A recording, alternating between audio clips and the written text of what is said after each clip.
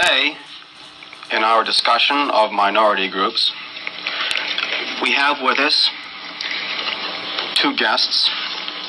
One is Minister Malcolm X. Shabazz, one of the top leaders of the Nation of Islam, or the so-called black Muslims. And we also have Mr. Herman Blake, one of the teaching assistants in the course.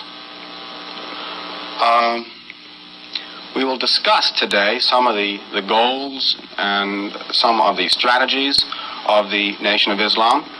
And I wonder if Mr. Blake might start it off by asking Mr. Shabazz a question.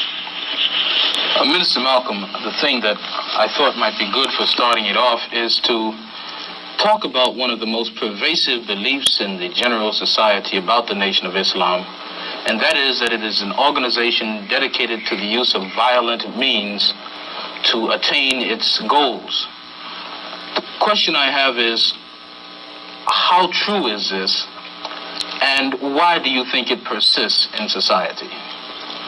Well, the Muslims who have accepted the religion of Islam and follow the religious guidance of the Honorable Elijah Muhammad have never bombed any churches, have never murdered any little girls, as was done in Birmingham, have never lynched anybody, have never at any time been guilty of initiating any aggressive acts of violence during the entire 33 years or more that the Honorable Elijah Muhammad has been teaching us. The charge of violence against us actually stems from the guilt complex that exists in the conscious and subconscious minds of most white people in this country. They know that they've been violent in their brutality against Negroes, and they feel that someday the Negro is going to wake up and try and do unto them as they have do unto the whites as the whites have done unto us. We aren't a violent group. We are taught by the Honorable Elijah Muhammad to obey the law, to respect everyone who respects us. We're taught to display courtesy, to be polite. But we're also taught that at any time anyone in any way inflicts or seeks to inflict violence upon us, we are within our religious rights to retaliate in self-defense to the maximum degree of our ability. We never initiate any violence upon anyone, but if anyone attacks us, we reserve the right to defend ourselves. So to accuse us of being violent is like accusing a man who is being lynched, who is being hung on a tree, simply because he struggles vigorously against his lyncher. The victim is accused of violence, but the lyncher is never accused of violence. And I only point this out because the various racist groups that are set up in this country by whites and who have actually practiced violence against blacks for 400 years are never associated or identified or made synonymous with the term violence. But whites speak of Muslims almost synonymously with violence. Whenever Muslims are mentioned by them, violence is brought up. But it's not connected with any other group. This is a sort of a propaganda tactic, or what I would call psychological warfare, to in some way make the image of the Muslims in this country be a violent image rather than a religious image. What's interesting is that members of the Nation of Islam have not used violence even when black Americans were attacked. How do you account for this? Does this in any way contradict some of the basic premises of your movement? I don't know how you mean. Well, you maintain, for example, that you will not, or that you should not use violence unless you are attacked by the white man. And I think we can note in the last several years, certainly, dozens and dozens and dozens of instances in which Negroes have been attacked killed in some instances. You mean in these demonstrations? These demonstrations and the bombings, for example, recently in Birmingham where they killed 4 little Negro girls. And what interests me is the fact is that the Nation of Islam has not done anything to retaliate. I think you should be happy. The important thing is, does your lack of action contradict any of your basic principles? I'll explain it. You should be happy that Muslims who follow the Honorable Elijah Muhammad, number one, don't believe in any form of integration, and and believe that every mention of the word integration by whites, whether it be from the mouth of Kennedy on down to the mouth of the lowest, raggediest white liberal in the street who is beatnik-like involving himself in these integration efforts, if we believed in it, we would integrate, and we would fight anybody who got in our way or made any effort whatsoever to stop us from integrating. If we really believed that the law of the land, the Supreme Court, and other so-called judicial bodies were for real when they talked about integration, we would integrate. And knowing that the law was on our side, and any effort we made to demonstrate toward integration, why, we would know the law should be on our side, if it's the law of the land. If it is the law of the land, then the demonstrators are within the law, and the discriminators are against the law. But to show you the hypocrisy of the law, when Negroes demonstrate for integration, instead of arresting the discriminators, the law arrests the demonstrators. So this is a foolish move on the part of Negroes. And when you foolishly get yourself involved with an enemy, then whatever comes upon you, that's your business. As Muslims, we believe that separation is the best way and the only sensible way, not integration.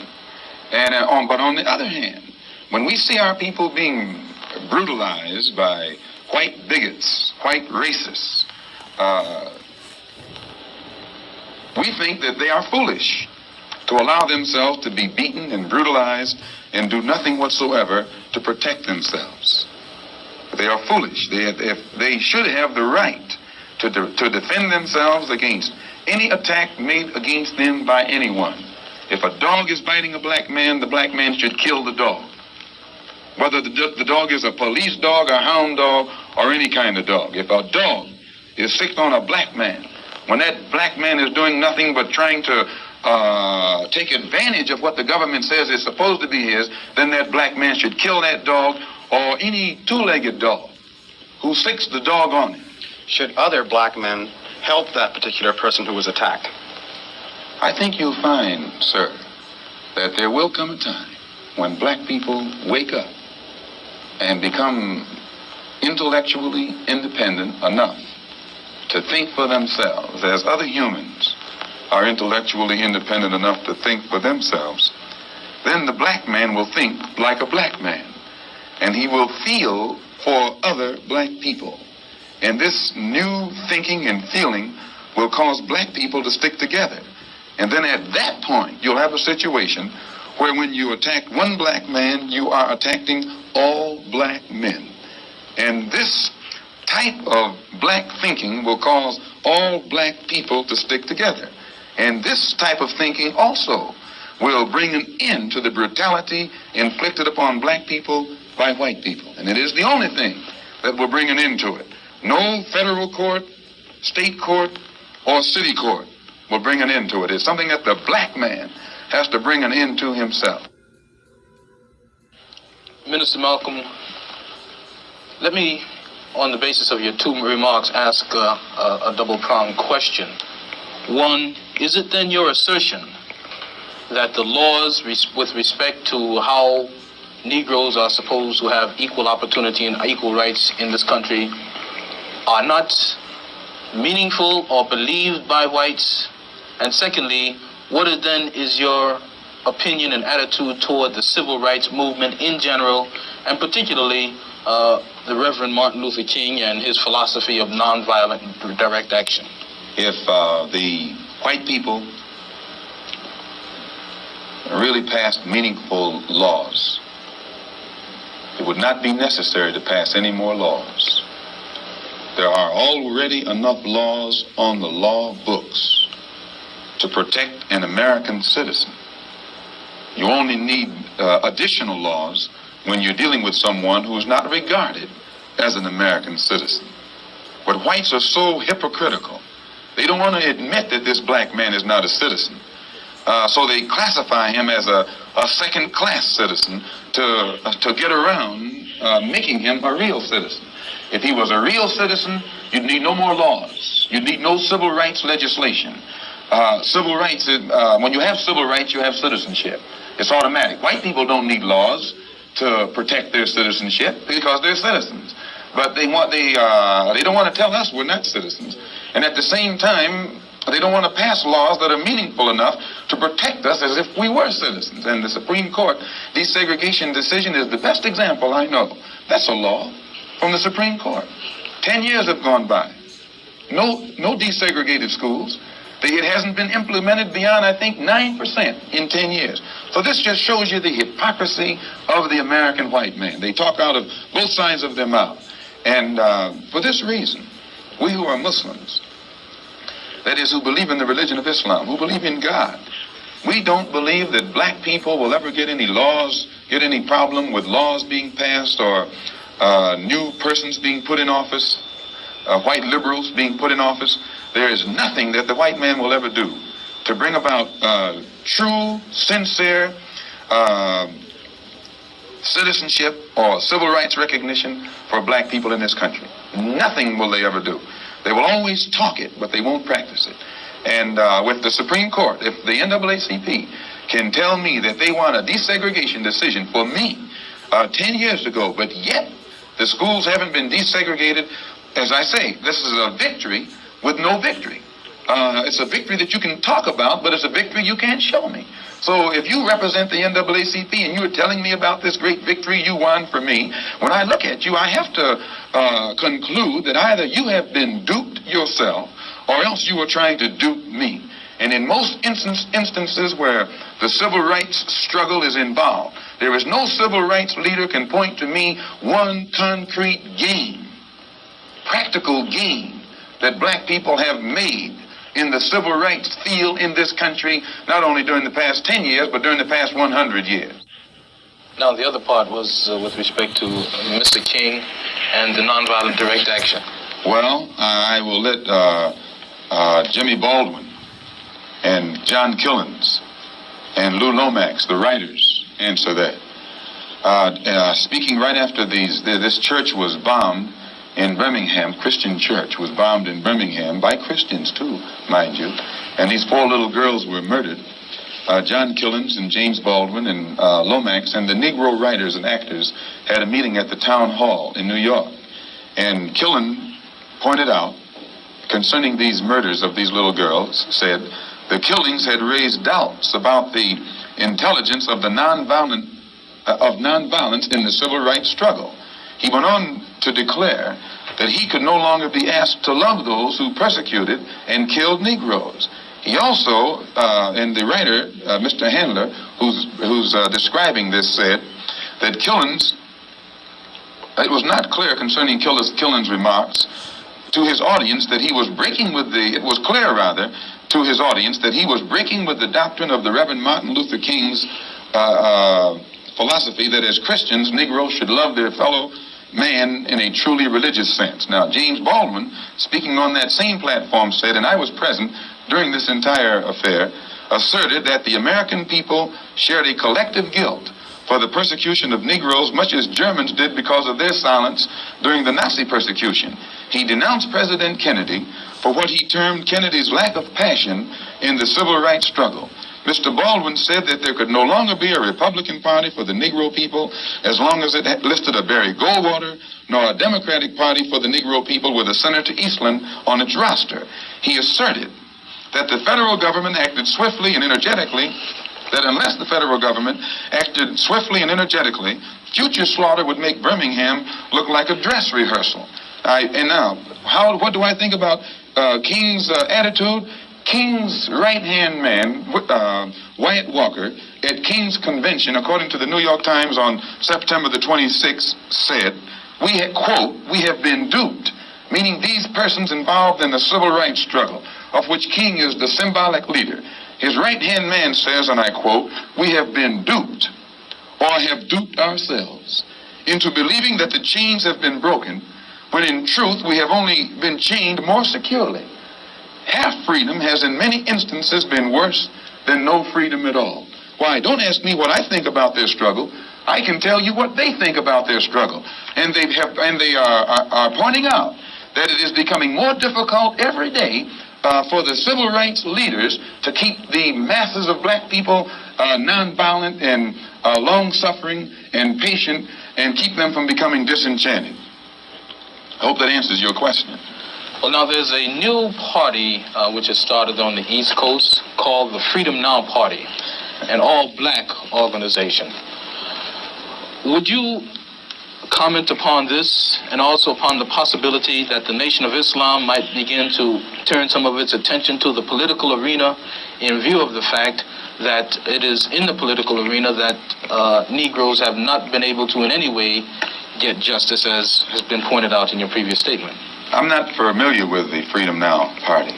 I'm not too familiar with politics, period, only that in the sense that white politicians have usually been very hypocritical where the so-called Negroes are concerned.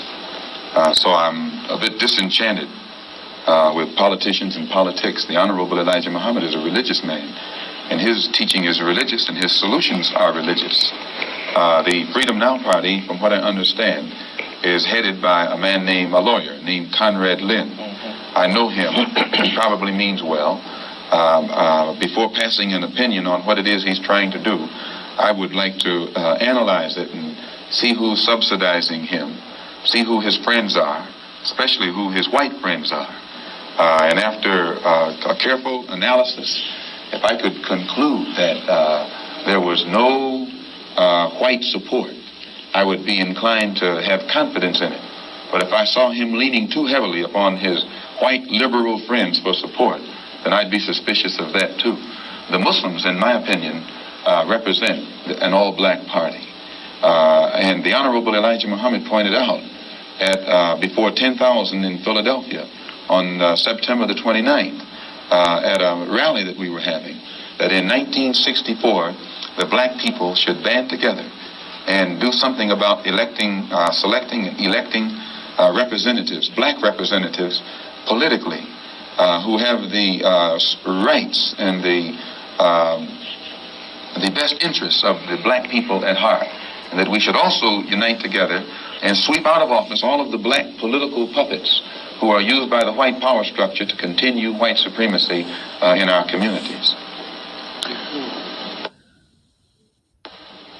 In that regard, would you include Congressman Dawson, for example, from Chicago, and some of the people who represent him on the Chicago City Council? In which regard? In the area of acting as a puppet. I don't know what Mr. Muhammad's opinion is of Congressman Dawson. They both live right there in the city of Chicago together. I don't know what his opinion is of Congressman Dawson. I'm suspicious of any Negro, be he politician, be he clergyman, or civic leader who is constantly patted on the back by whites. I have a tendency to lead toward the Negro politician who is constantly condemned by the white power structure. This is my thought pattern. I'm giving you an insight of it. You, though, mentioned Mr. Lynn and saying you'd like to know who his white friends are. Now, I'm wondering if you didn't make a contradictory statement in Muslim terms by using white and friend in the same phrase. That is I to use say, friend in quotes. I see. In other words, if a black man cannot have a white man as a friend. He may have a white man who's friendly, but being friendly and being a friend, I think, are two different things. I think there are many whites who act friendly toward Negroes. A fox acts friendly toward the lamb. And usually the fox is the one who ends up with the lamb chop on his plate. The wolf doesn't act friendly, and therefore the wolf has more difficulty in getting the lamb chop in his plate. I'd like to point out, though, that I say that because it is usually if you study the structure of the Negro community, economically, politically, civically, psychologically, and otherwise, it's controlled by the white liberal, who usually poses as the friend of the Negro, who actually differs from the white conservative in the same way that the fox differs from the wolf. Their appetite is the same. Their motives are the same. It's only their mannerisms and methods that differ. I would agree that no doubt there have been a large number of whites who have posed as liberals and as friends of the Negro and who have time and again betrayed the Negro.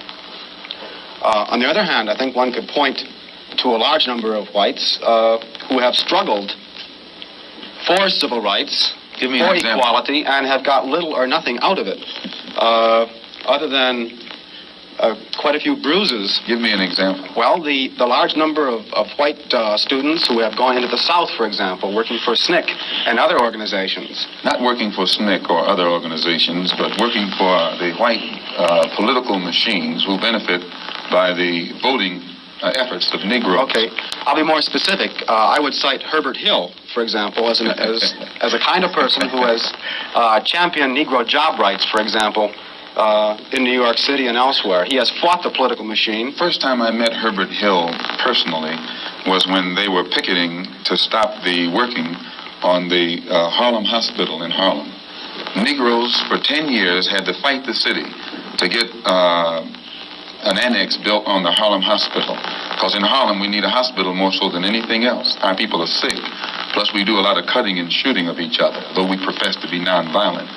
And Herbert Hill brought his forces out and stopped the working on that site.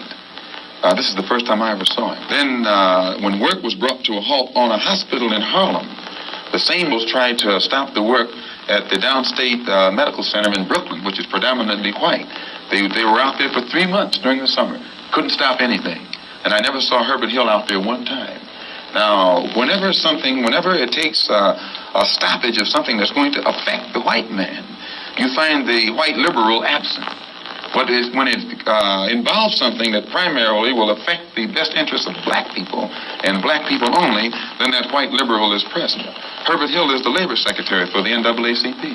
And if he was interested in black people, he would prepare a black man with the type of knowledge and understanding of the labor troubles involving black people that would enable a black man to sit in the same position as Secretary of Labor or Labor Secretary in the NAACP. I'm suspicious of whites who join Negroes and always have to be in the lead, who always have to be the head, who always have to be at the top in Negro organizations. Those whites who really have the interest of blacks at heart, let them give some advice to some Negroes and stand on the sideline. But don't join the organization and then get at the head of it and pose as a friend of Negroes. Well, I would defend his sincerity and his commitment. And more than that, I would say that just because a person is a Negro or a black American does not mean he's going to struggle for Negro rights or for jobs for Negroes or anything else. I think that today you could point to a large number of Negro leaders who have consistently betrayed Negroes in a whole host of areas. They aren't really Negro leaders. These are puppets that have been put in front of the Negro community by white liberals. These are parrots that have been put in front of the Negro community by white liberals. You can't name me a Negro leader who has been betrayed Negroes, who has not been endorsed, sanctioned, subsidized, and supported by the white liberals. Minister Malcolm, I'd like to... Well, I could cite one example would be Congressman Dawson, for example, in Chicago. In Chicago, a large number of liberals located in the Hyde Park district have consistently fought Dawson and his betrayals of the Negro, and they've also fought some of the people who represent Dawson on the Chicago City Council. The only Negro I know who is constantly fought, only Negro politician that I know who is constantly fought by white liberals is Adam Clayton Powell. And they call him a racist because he speaks so bluntly on the race issue. But I'm not, as I said, not too familiar with Dawson and his work. Let me return to the Nation of Islam per se, Minister, by raising a question which struck me as a result of reading some of Baldwin's work, namely The Fire Next Time. Baldwin pointed out that in Harlem for many years he had passed the street corners and the soapboxes and heard people speaking from these platforms who were known as black nationalists, and nobody was listening. And he said all of a sudden he realized that people were beginning to listen to the Muslim speakers on the street corners in Harlem. The message essentially was the same, but it was that now many people were listening to what this message was. And you pointed out that the Nation of Islam has been in the picture for about 33 years. What is it, in your judgment, that has caused this tremendous amount of support that the Nation of Islam has garnered in the Negro community in, say, the last 10 years? When you put a seed in the soil, it remains beneath the soil until the season changes. And when the season changes, that the seasonal change automatically brings about rather atmospheric conditions, bring about a seasonal change that makes that seed come up or crop grow in its appointed time. And all over this world today, God himself has brought about political changes, a political atmosphere, sociological, social atmosphere, economic atmosphere. These economic conditions, these political conditions and social conditions combine to bring about a situation that is making black people in America more receptive, their mind more fertile to the seed of truth that the Honorable Elijah Muhammad has been planting for 30-some years. And this is springing up today and causing our people to see and understand now what they couldn't see and understand before. What is the nature of this situation which is making black people more receptive? Well, you take in the past, say, 15 years, how the nations have emerged, dark nations have emerged in Africa.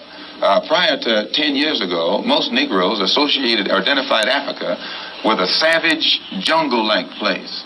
And whenever you mentioned the word African, in their mind's eye, they could see the image of someone running around with a spear, with no language. You'd say Ugga Bugga Boo or Bwana or something, and who'd be in a jungle running from lions or chasing lions.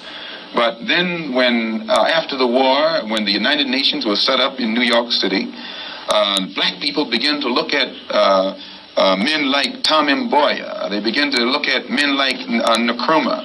They began to see men like Lumumba. They began to see men like Nasser. They began to see these Belowa and Ezekwe, who could exchange intellectually with whites on an international level in a political form and hold their own. This made the black people in this country realize that what the Honorable Elijah Muhammad had been teaching all the time actually had substance. And they began to turn it over in their mind and see that what he was saying had more weight to it than what these other Negroes were saying. And they began to identify themselves with the black world and the black struggle more closely than they identified themselves with this so-called white world. Let me ask you a question with respect to a statement which Essien Udom quotes as being on a bulletin board in the University of Islam in Chicago by the Honorable Elijah Muhammad. According to Essien, Mr. Muhammad states, "Up, you mighty race. You can accomplish what you willed.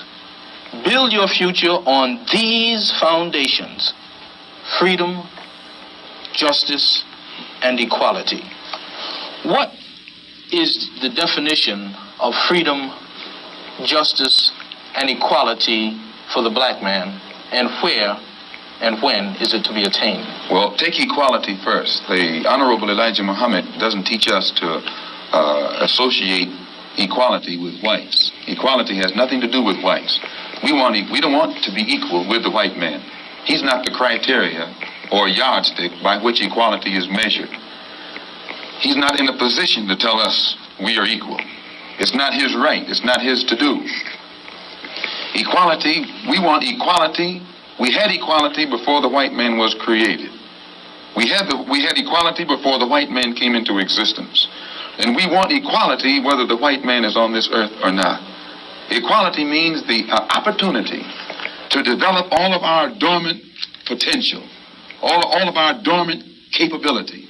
And in developing this dormant capability, the right and the ability to stand on this earth on some land of our own and bring about a civilization and a society in which we will be completely independent complete freedom to take care of the needs, to take care of the wants and the likes and the dislikes of our people, to establish our own nation, our own society, our own heaven, our own future. This is what we mean by freedom, by equality. And justice means as you sow, so shall you reap. If you do wrong, you'll get wrong in return. And if you do right, you'll get right in return.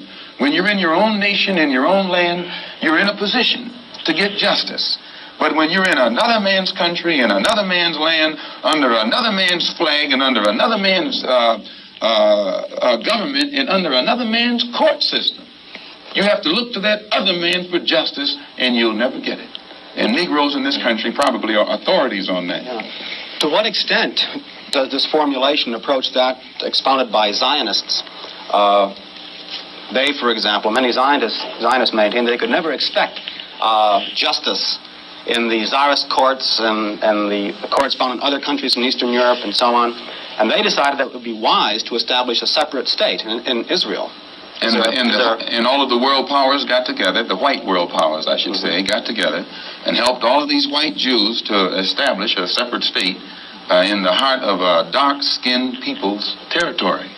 And if white people can get together and let other whites, help other whites to establish an independent nation right in the midst of dark-skinned people, and then we don't see where white people should be so much against the Honorable Elijah Muhammad's solution, not of setting up an independent dark nation in white people's property, but he's asking the opportunity to set up an independent nation on our own continent. Let us leave America and go back home among our own people on our own land and set up our own independent society. But all he says is that this government, which made us slaves, should supply the transportation for us to get back home and give us all of the machinery and the tools necessary for us to till the soil and establish our own agricultural system to feed and clothe our people, our own economy, and in some way become an independent people among our own people on our own continent. This is intelligent.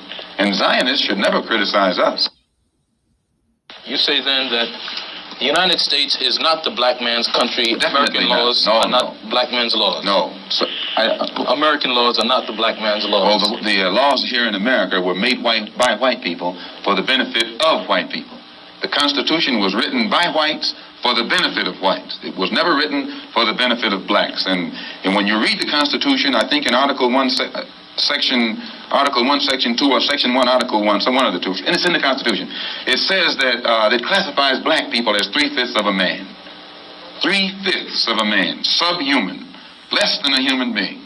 It relegates us to the level of cattle, hogs, chickens, cows, a commodity that could be bought and sold at the will of the master. No, it was written by whites for the benefit of whites and to the detriment of blacks.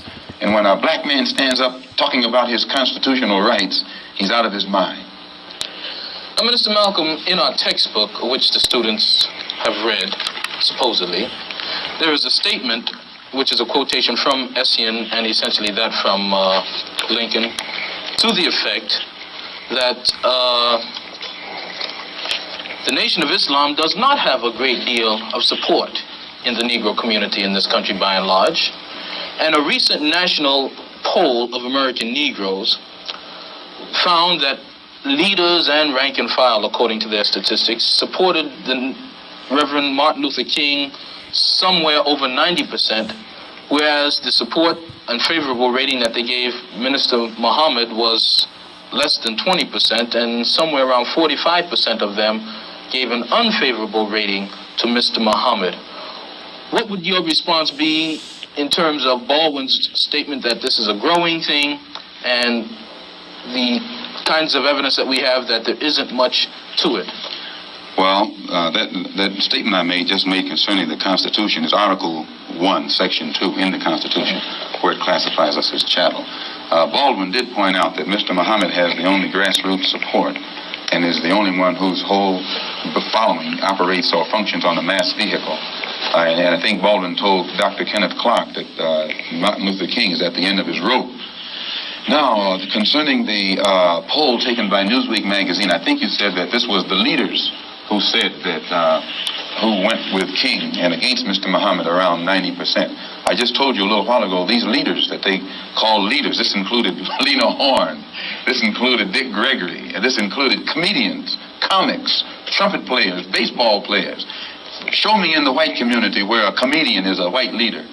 Show me in the white community where a singer is a white leader, or a dancer or a trumpet player is a white leader. These aren't leaders. These are puppets and clowns that have been set up over the white community and over the black community by the white community and have been made celebrities and usually say exactly what they know that the white man wants to hear.